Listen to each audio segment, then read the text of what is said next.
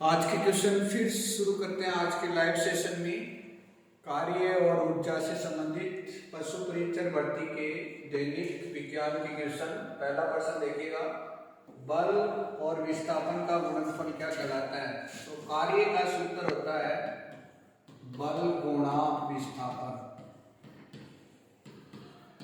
यानी कार्य को W से लिखते हैं, बल को F से और विस्थापन को D से भी लिख सकते हो आप। तो बल गुणा विस्थापन का गुणनफल कार्य कहलाता है। राइट आंसर है कार्य। क्वेश्चन नंबर 2, अगले क्वेश्चन पे बढ़ते हैं।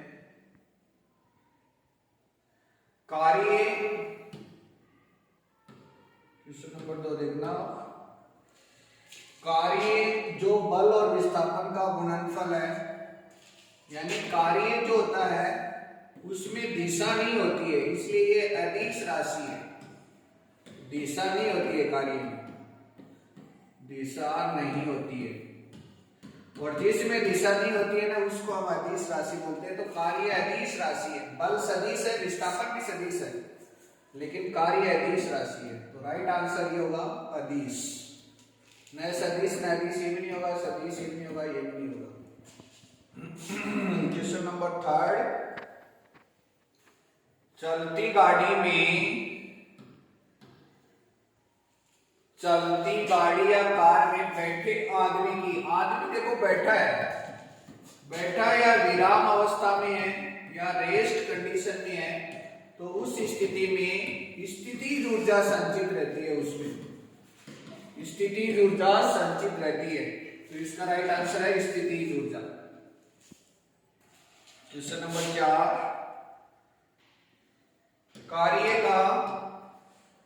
कार्य का एसआई मात्रक। तो कार्य का एसआई मात्रक होता है जूल। कार्य को हम जूल में मापते हैं, तो एसआई मात्रक जूल। नेक्स्ट क्वेश्चन, यदि किसी पिंड का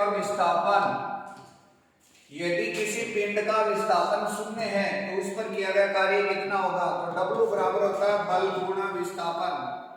जब बल का मान तो देता है लेकिन विस्थापन 0 है, तो कार्य का मान भी 0 जाएगा। 0 से किसी राशि को गुणा करते हैं तो उसका मान 0 आता है, और ये कार्य किसमें होगा, जूल में। जैसे दीवार के धक्का मारना, तो दीवार के धक्का मारते हैं तो दीवार की शक्ति नहीं है, विस्थापन 0 है, बल जरूर लगा रहे, तो कार्य का मान 0 है। नेक्स्ट क्वेश्चन, जूल किसका मात्रक है। ये भी अच्छा है, जूल किसका मात्रक है। तो शक्ति का मात्रक तो नहीं होता, इसमें कार्य और ऊर्जा, इसमें शक्ति आ रही है, बल का न्यूटन होता है, तो कार्य और ऊर्जा के सेम मात्रक होते हैं। कार्य और ऊर्जा का दोनों का एक ही मात्रक होता है जूल। तो राइट आंसर 3, कार्य और ऊर्जा। नेक्स्ट क्वेश्चन देखना, एच ऊंचाई पर m द्रव्यमान की वस्तु रखी है। ये एच ऊंचाई है और यहां पर कोई m द्रव्यमान की वस्तु है, तो इसकी स्थितिज ऊर्जा का मान होता है, सूत्र डायरेक्ट है mgh। mgh होती है द्रव्यमान, गुरुत्वीय त्वरण और ऊंचाई। तो राइट आंसर है mgh। यही W होता है, यही कार्य होता है, हमेशा याद रखना mgh। नेक्स्ट क्वेश्चन, ये प्रश्न भी अच्छा है, सीधा परिभाषा पे है। कार्य करने की क्षमता क्या कहलाती है। तो कार्य करने की क्षमता होती है वो ऊर्जा कहलाती है, और ऊर्जा का मान होगा तो ही कार्य होगा। यदि ऊर्जा का मान 0 हो जाएगा तो कार्य भी 0 हो जाएगा, कोई भी वस्तु काम नहीं कर पाएगी। तो ऊर्जा कहलाती है एनर्जी। नेक्स्ट क्वेश्चन, यदि किसी वस्तु पर 5 न्यूटन का बल लग रहा है और वो 2 मीटर विस्थापित हो रही है, तो कार्य का मान कितना होगा। तो सूत्र है W बराबर बल गुणा विस्थापन। तो 5 गुणा 2 तो 10 जूल कार्य हो जाएगा। सीधा प्रश्न है, आंसर होगा 10 जूल। नेक्स्ट क्वेश्चन की ओर कूच करते हैं, बढ़ते हैं राजा महाराजाओं की तरह। ऊर्जा क्या है। तो ऊर्जा कार्य करने की क्षमता है, यानी ऊर्जा होगी तो ही कार्य यदि ऊर्जा नहीं होगी तो कार्य भी नहीं होगा। तो कार्य करने की क्षमता ऊर्जा कहलाती है। नेक्स्ट क्वेश्चन, बहती हवा में कौन सी ऊर्जा होती है? तो जहां गति होती है वहां पर एक ही ऊर्जा होती है, गतिज ऊर्जा। और इस गतिज ऊर्जा का सूत्र होता है 1/2 mv²। हमेशा याद रखना, एक ही सूत्र है गतिज ऊर्जा का, 1/2 mv²। m द्रव्यमान है, v वेग है, ये द्रव्यमान है। तो ये बहती हवा, बहती नदी, उड़ता पक्षी, इन सब के अंदर गतिज ऊर्जा होती है। नेक्स्ट क्वेश्चन, कार्य करने की दर क्या कहलाती है? ये तो सीधा फॉर्मूला है, शक्ति बराबर होता है कार्य बटा समय, यानी कि P से लिखते हैं शक्ति को W/T। तो ये दर हो गई, समय का भाग लगते ही दर हो गई। तो कार्य करने की दर शक्ति कहलाती है, जिसका मात्रक वाट या जूल/सेकेंड भी लिख सकते हैं हम। पावर,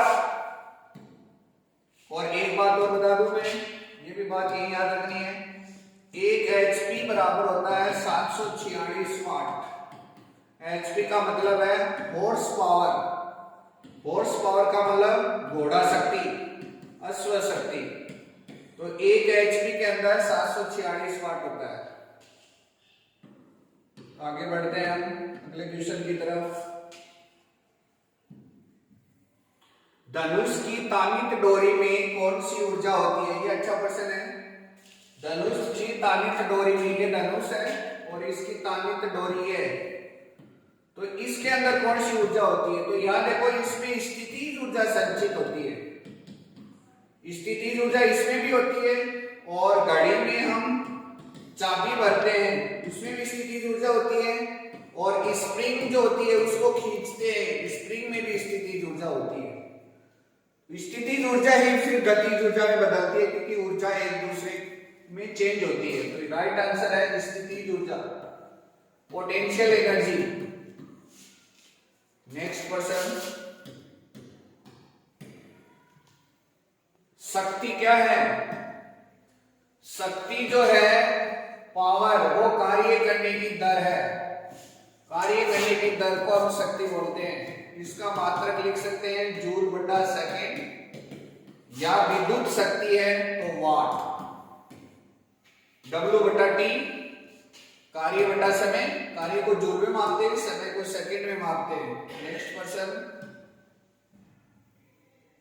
बहता हुआ पानी फिर आ गया। पानी बह रहा है या नदी दे सकता है, तो इसके अंदर गतिज ऊर्जा होगी। गतिज ऊर्जा काइनेटिक एनर्जी, जिसका फॉर्मूला होता है 1/2 mv²। ऊर्जा कोई सी भी हो, सबका मात्रक जूल ही होगा, चाहे गतिज ऊर्जा हो, चाहे स्थितिज ऊर्जा हो, चाहे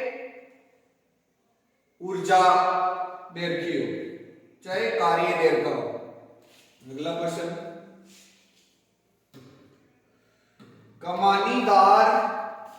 कमानीदार घड़ी में कौन सी ऊर्जा होती है? ये कमानी वही है, स्प्रिंग। तो स्प्रिंग के अंदर बेटा पोटेंशियल एनर्जी संचित होती है। हमेशा अभी मैं बताया था, स्प्रिंग है तो इसमें स्थितिज ऊर्जा होगी। अच्छा क्वेश्चन है, पोटेंशियल एनर्जी। नेक्स्ट क्वेश्चन क्या कह रहा है? कमानी में संचित ऊर्जा है, तो कमानी में स्थितिज ऊर्जा है, पोटेंशियल एनर्जी। और ये घड़ी है तो इसमें भी स्थितिज ऊर्जा है, इससे कोई फर्क नहीं पड़ता। क्वेश्चन नंबर 18 का क्या कहना चाह रहा है? छत पर दौड़ते हुए बालक में अब दौड़ लगा रहा है, तो गति कर रहा है, और गति के कारण जो ऊर्जा होती है उसके नाम पे ये गतिज ऊर्जा है। तो उसमें गतिज ऊर्जा होगी, जैसे चलती कार की गति, चलती बस की गति, चलती रेलगाड़ी की गति। ये चलती है, यानी चलती का नाम ही गाड़ी है, और चलती है वहां पर हमेशा गतिज ऊर्जा होती है। नेक्स्ट क्वेश्चन, पटना के गोलघर पर बैठे लड़के के पास पटना के गोल घर पर बैठे लड़के के पास है। अब लड़का बैठा है, चाहे वो गोल घर पे बैठा है चाहे कहीं भी बैठा है, तो उसमें एनर्जी स्थितिज ऊर्जा होगी, पोटेंशियल एनर्जी विराम अवस्था में है। नेक्स्ट पर्सन कह रहा ऊपर उठाई गई हथौड़ी में, ऊपर उठाई गई हथौड़ी में कौन सी ऊर्जा होती है? स्थितिज गतिज कोई ऊर्जा नहीं होती है, दोनों प्रकार की ऊर्जा होती है। तो ऊपर उठा रहे हैं हथौड़ी को, मार नहीं रहे हैं अपन, ऊपर उठा रहे हैं तो गति दे रहे हैं उसको, तो उसमें काइनेटिक एनर्जी होगी। और यदि दीवार है उसमें कील ठोक रहे हैं हम, तो स्थितिज ऊर्जा होगी, क्योंकि हथौड़ी स्थितिज ऊर्जा उस कील को देगी तो उसमें गतिज ऊर्जा आएगी। तो हथौड़ी मारना लिख सकते हैं अपन। यदि हथौड़ी मारना है तो इसका राइट आंसर है पोटेंशियल एनर्जी, स्थितिज ऊर्जा, गतिज नहीं, स्थितिज ऊर्जा। इसके अलावा और मैं कुछ बातें बताना चाह रहा हूं, ये भी आप जरा ध्यान से देखना। पहली बात जो है वो ये है कि पर्सन ये भी आ सकता है कि 1 किलो वाट घंटा में कितना जूल होता है, तो 3.6 गुणा 10⁻⁶ जूल। ये ध्यान रखें, ये kWh का मान है, और जिसको व्यापारिक यूनिट भी बोलते हैं विद्युत ऊर्जा की, व्यापारिक यूनिट विद्युत ऊर्जा की, जिसको हम बिजली की एक यूनिट भी बोलते हैं। बिजली का जो बिल निकालते हैं उसकी एक यूनिट का मान भी यही होता है। तो ध्यान रहे, किलोवाट घंटा शक्ति का मात्रक नहीं है, विद्युत ऊर्जा की इकाई है, और जिसका मान होता है